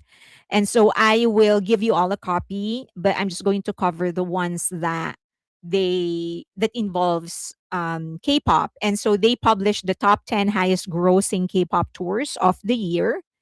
So here's the summary. This page is the summary. Stray Kids, 17, J-Hope, and Hypen.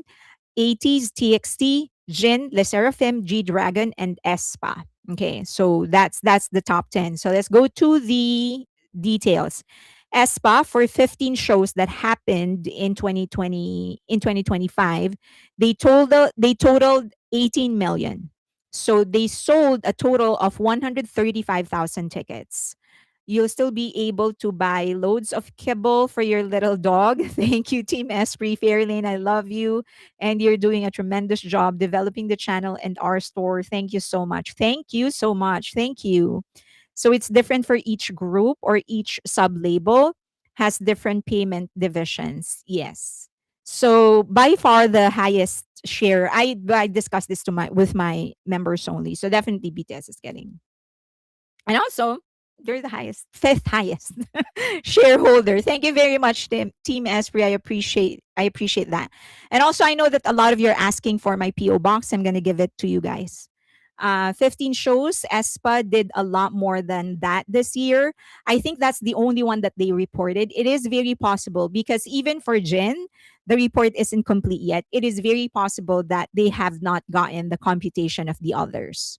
So that's why Billboard actually put the number of shows that were reported, because they, of course, they can't make up the numbers, right? So I think they just haven't reported it yet. Maybe it's going to be reported January or something. Okay. YG still has the best deal for Idol, 70/30, 60/40. That is cool. Okay.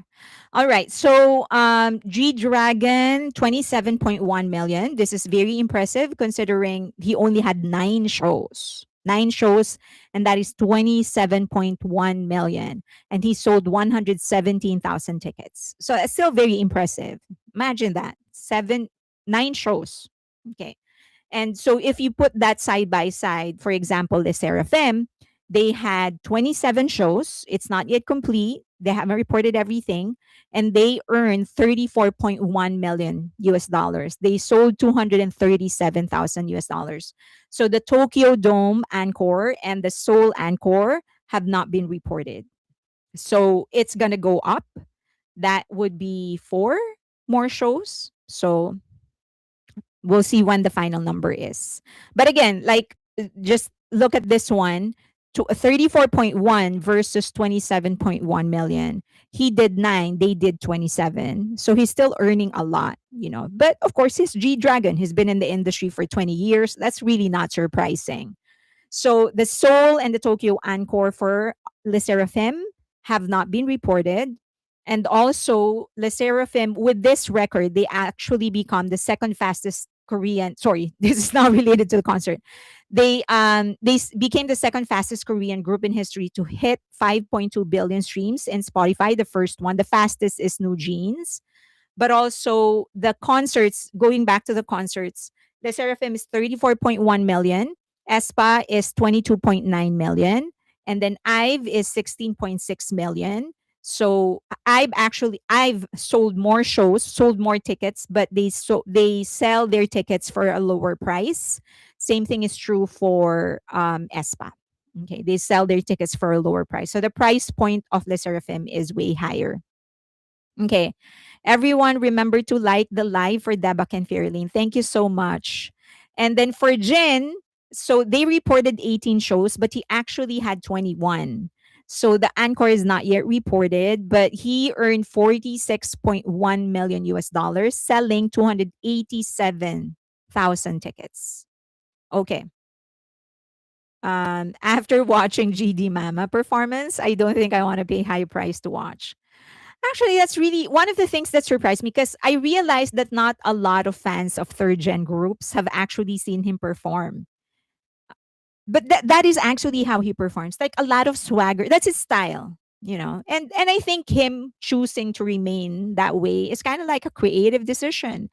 I think it's him saying that this has always been my style, take it or leave it, maybe. But that has always been like, so when people were like reacting, oh, why is he singing? Like that has always been how he sang.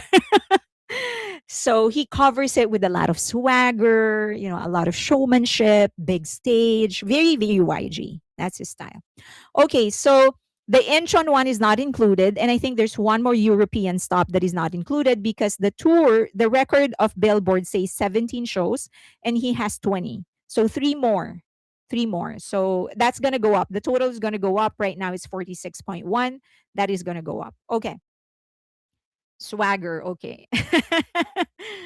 um, doesn't ticket price contribute to the earned income? Yeah.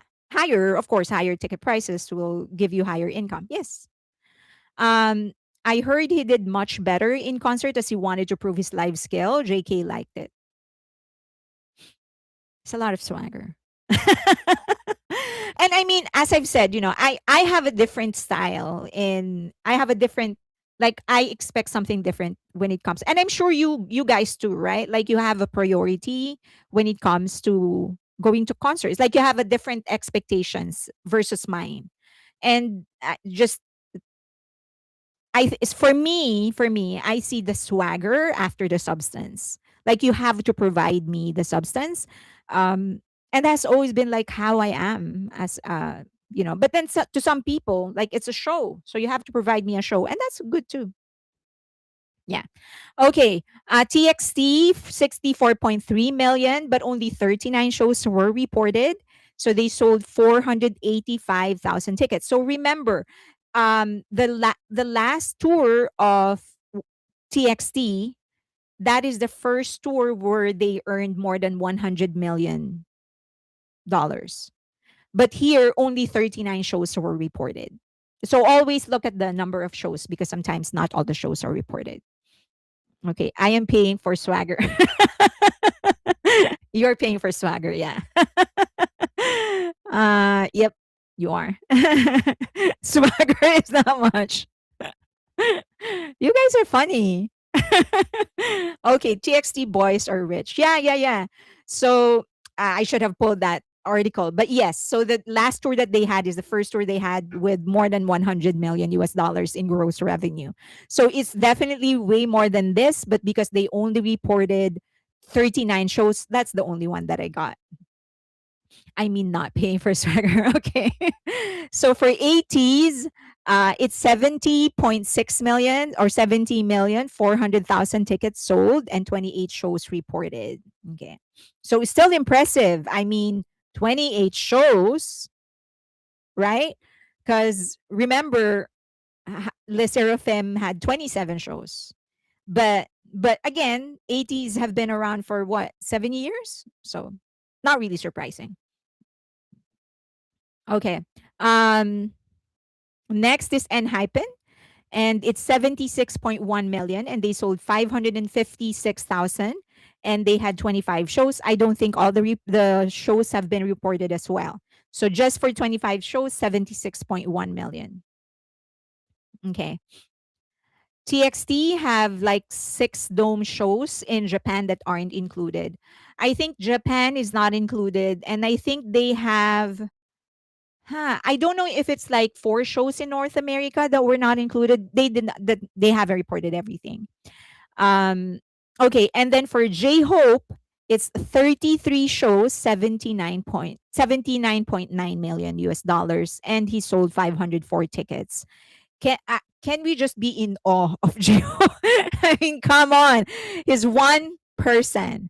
Like a lot of people don't appreciate that fact that this is his very first rodeo, his very first solo tour, and he sold 500,000 tickets, 79.9 million. Oh my god, for 33 shows.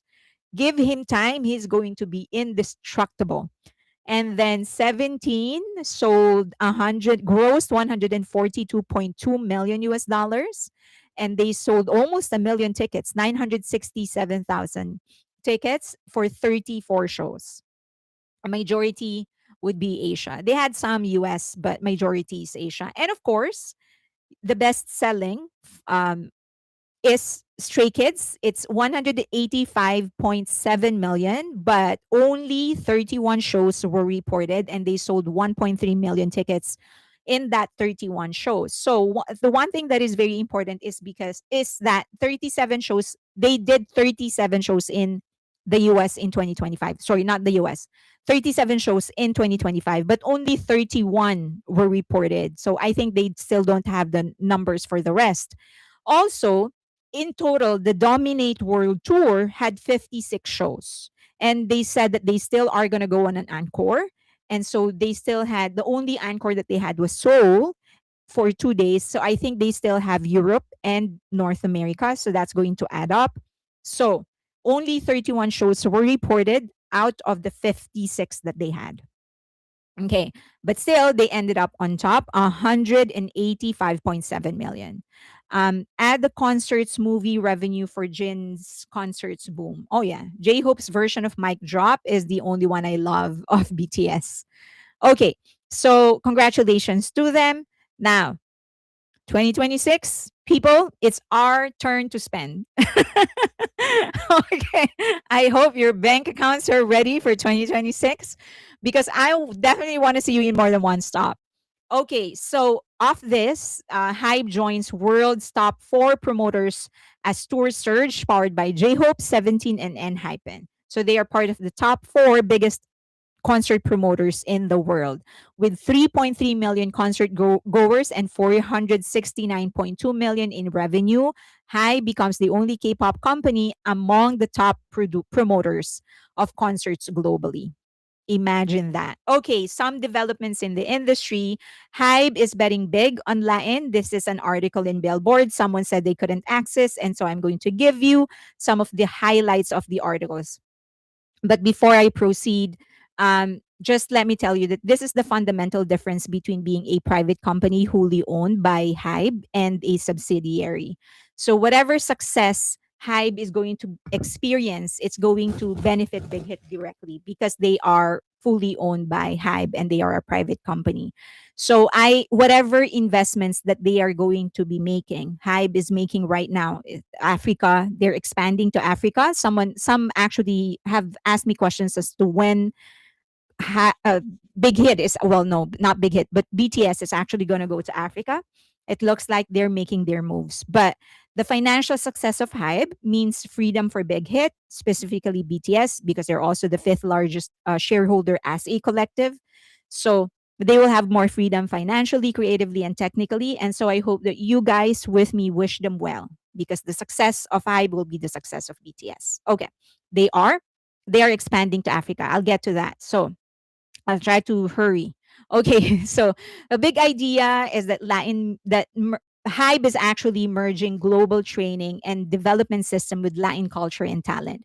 So Isaac Lee, the CEO of HYBE and also the CEO of HYBE Latin America, said that it's not just going to be plucking the system of K-pop and then putting it in Latin America. They certainly are integrating their own culture and their own process in the training system so that it's more organic to the culture of Latin America. So HYBE's Latin arm builds on its existing acquisitions in partnerships anchored in Mexico City, Los Angeles, and Miami, because that's where the concentration of the Latin population is. They are the second biggest population in the US. Okay. And then what HYBE is actually doing on the ground, they are doing artist development shows and reality shows. We already know one of them. One of the products of the reality show is Santos Bravos. I hope that they're doing well. And then they're also participating in large scale music competition in partnership with Spanish language media. Okay. Is Blackpink still touring? Yes. So I think my guess is that they're going to release their album also in March. And then HYBE Latin America now operates multiple labels, including Dosemil, did I pronounce that correctly? And has signed established Latin artists positioning them for global growth. So cash flow is very important. They want to start having cash flow very early. So one of the ways of doing it is to actually partner with existing labels so that they have um, artists that are already earning money from for them. Okay, so that's how they're doing it. That's how they get their cash flow.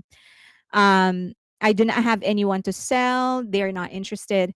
Local talent pipeline and cultural integration. So programs like Medellin Music Lab further show Hybe's exporting its training and development model to local creators, producers, and managers in Latin America. So they're also working with other agencies to help them build their pipeline. Okay. Also in March. Well, they haven't released anything. I mean, if they're going to release it June, they should be announcing it now, right? No, my guess it's going to be March, which I already knew. I told you guys. I told you that before. Strategy beyond genres. Hybe actually wants to standardize a scalable cross-regional artist development system that can work outside of Korea. So what they're basically doing is in every country that they're putting their roots in, Medellin, Medellin, I hope I got that correct. So Hybe is so in every country that they are moving into, they want to design it so that no matter the region Hybe artists go, they can tap into that Medellin. So they can tap into the resource of that country or that region and not have to source out because they will have that Medellin. Okay, Medellin. Yes. Okay. All right. So that's the design for Latin America and for all the regions that they are doing. So the core takeaway is that Hybe isn't dabbling, it's actually integrating Latin music into its global IP engine using systematic artist development, which they already have designed, and media partnership to compete in one of the world's fastest growing music market. That's how they're planning their foot in there.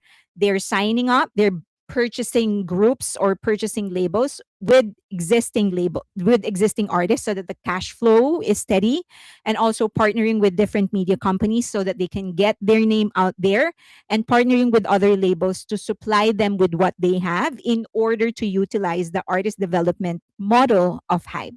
Okay, so that's how they integrate it into their culture. Okay.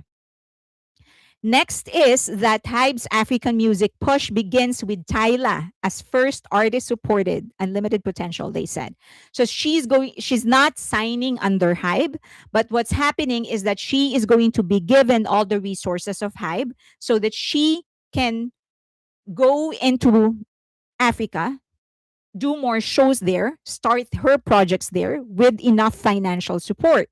And in return, because she is accepted and she knows in that country, in that region, and she knows that sound, then she's going to be the entry point of Hybe into Africa. Does that make sense? So that's their plan. So they're telling Tyla, okay, here's the money. You can do your thing in South Africa. And Tyla is saying, okay, I'll take you with me. That's the partnership that they are doing. So right now, they haven't they're utilizing partnerships as a way to enter the African market. I've told you this before, it's so tough. African market, the Africa region is so tough to get into that I know for sure. I know that there are many, like Beyonce tried, and it's just so hard to get in there. So this is one way they're doing it. They're doing it very slow, but I think it's a good strategy, right? Okay, they're telling Tyla, okay, we'll provide you with the money. Take us there.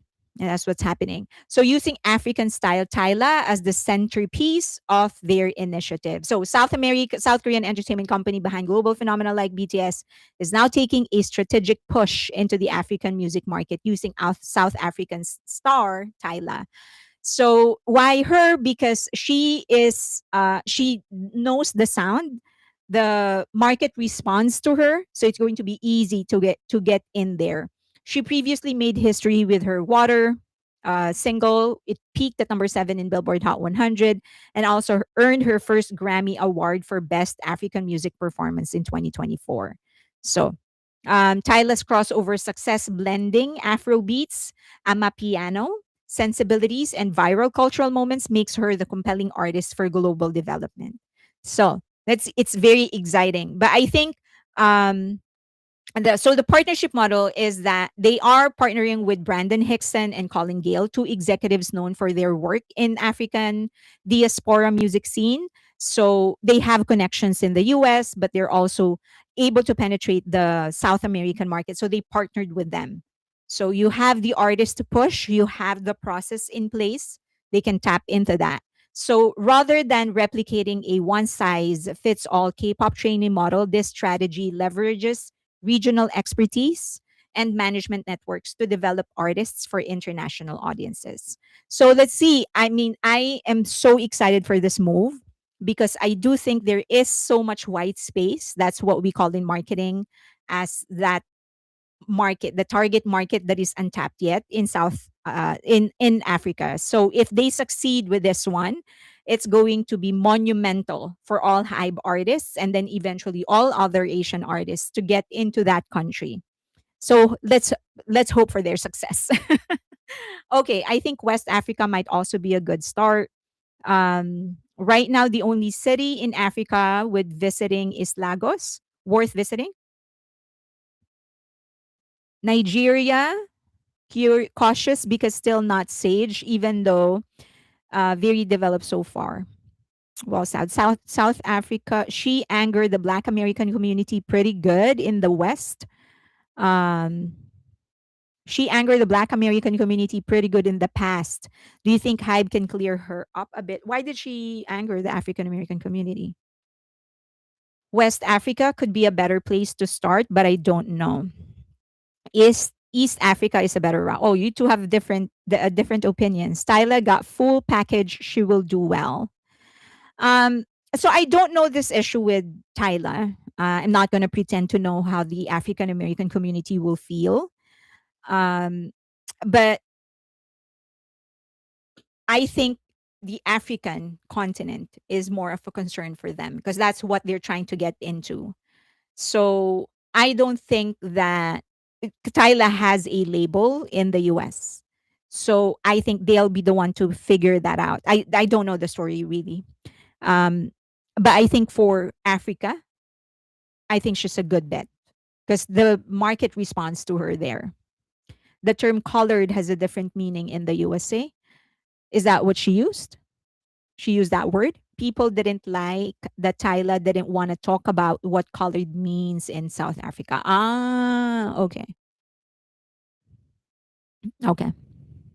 She didn't want to talk about what colored means in South Africa. Okay.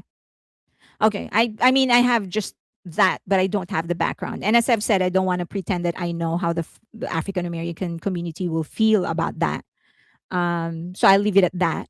But I think for Africa, I think she's a good bet because the market responds to her, right? Um, yeah.